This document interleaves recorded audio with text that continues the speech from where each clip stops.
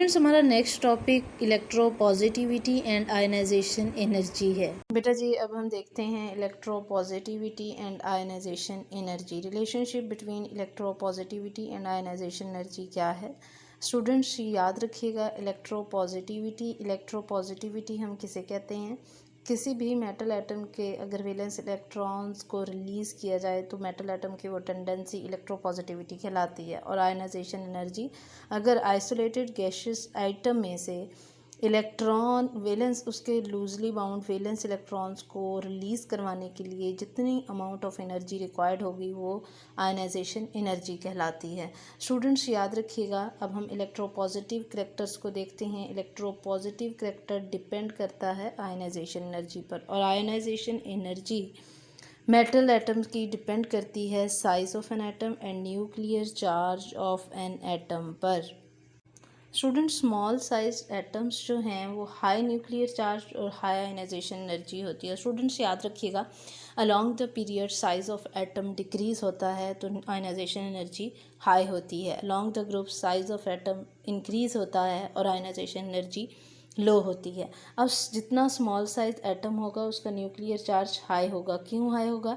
Nucleus की outermost electrons पर force of attraction greater होगी। जब आउटर मोस्ट इलेक्ट्रॉन पर फोर्स ऑफ अट्रैक्शन ग्रेटर होगी तो आउटर इलेक्ट्रॉन्स को, वैलेंस शेल के इलेक्ट्रॉन्स को रिलीज़ करवाने के लिए अमाउंट ऑफ एनर्जी भी हाई होगी। जो रिक्वायर्ड अमाउंट ऑफ एनर्जी होगी वो हाई होगी, इसलिए हम कहते हैं आयनाइजेशन एनर्जी भी हाई होगी। हम अलॉन्ग द पीरियड एग्जांपल की हेल्प से डिस्कस कर लेते हैं। स्टूडेंट्स, हमारे पास लिथियम और ऑक्सीजन एक ही पीरियड के मेंबर हैं। लिथियम का एटॉमिक नंबर 3 है और ऑक्सीजन का एटॉमिक नंबर 8 है। मीन जिसमें 8 प्रोटॉन हैं तो 8 ही इलेक्ट्रॉन होंगे ऑक्सीजन में, और लिथियम में अगर 3 प्रोटॉन्स हैं और 3 ही इलेक्ट्रॉन होंगे। अब हम इसका स्ट्रक्चर देख लेते हैं। स्टूडेंट्स, इसके पहले शेल में 2 इलेक्ट्रॉन लिथियम के और आउटर मोस्ट शेल में 1 इलेक्ट्रॉन होगा। और इसके मुकाबले में जब हम ऑक्सीजन को देखते हैं, इसके पहले शेल में 2 इलेक्ट्रॉन और वैलेंस शेल में 6 इलेक्ट्रॉन्स होते हैं। स्टूडेंट्स, लिथियम की निस्बत ऑक्सीजन जो है उसकी न्यूक्लियस की आउटर मोस्ट इलेक्ट्रॉन पर फोर्स ऑफ अट्रैक्शन ग्रेटर होगी क्योंकि उसमें नंबर ऑफ़ इलेक्ट्रॉन्स ग्रेटर हैं, but size of atom increase नहीं हो रहा, डिक्रीज़ हो रहा है अलॉन्ग द पीरियड। इसलिए हम कहते हैं स्मॉल साइज एटम का हाई न्यूक्लियर चार्ज होगा क्योंकि न्यूक्लियस की आउटर मोस्ट इलेक्ट्रॉन्स पर फोर्स ऑफ अट्रैक्शन ग्रेटर होगी और उनकी आयनाइजेशन एनर्जी भी ग्रेटर होगी। Atoms having high ionization energy are less electropositive. ऐसे एलिमेंट जिनकी हाई आयनाइजेशन एनर्जी होगी वो लेस इलेक्ट्रोपॉजिटिव होंगे। मेन जब हम बात करते हैं पीरियड्स की, हमने ट्रेंड्स ऑफ इलेक्ट्रोपॉजिटिविटी में भी डिस्कस किया कि along the period electropositive character जो है वो डिक्रीज़ होता है क्योंकि एटम का साइज़ जो है वो डिक्रीज़ होता है और आयनाइजेशन एनर्जी जो है वो हाई होती है। याद रखिएगा स्टूडेंट्स, अल्कली मेटल्स जो हैं उनका लार्जेस्ट साइज़ है और लार्ज साइज़ होने की वजह से उसकी न्यूक्लियस की आउटर मोस्ट इलेक्ट्रॉन्स पर फोर्स ऑफ अट्रैक्शन बहुत कम होती है, जिसकी वजह से उसके वैलेंस इलेक्ट्रॉन को रिलीज़ करवाने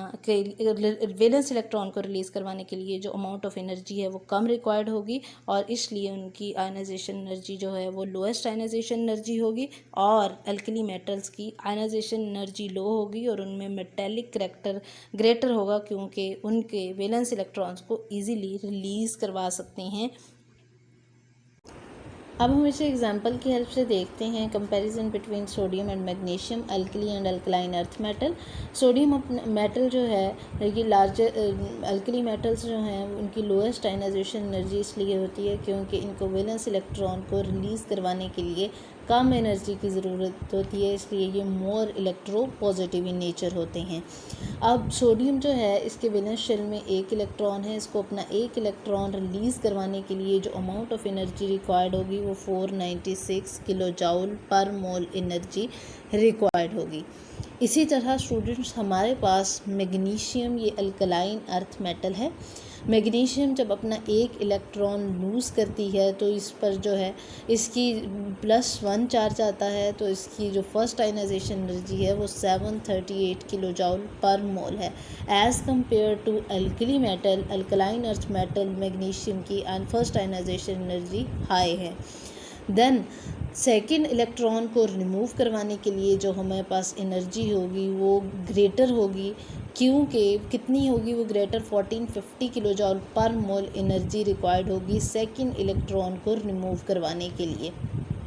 स्टूडेंट्स याद रखिएगा, जब एक इलेक्ट्रॉन रिलीज़ होगा after 738 kilo joule per mole energy के बाद एक इलेक्ट्रॉन रिलीज़ हुआ तो इसमें प्रोटॉन तो 12 थे, इलेक्ट्रॉन 11 हो गए। जब इलेक्ट्रॉन 11 हो गए और वो 12 प्रोटॉन की 11 इलेक्ट्रॉन्स पर अट्रैक्शन की फोर्स जो थी वो ग्रेटर हो गई। मीन न्यूक्लियस की आउटर मोस्ट इलेक्ट्रॉन्स पर जो फोर्स ऑफ अट्रैक्शन है वो पहले से ज़्यादा होगी और साइज़ जो होगा वो आयन का डिक्रीज़ होगा।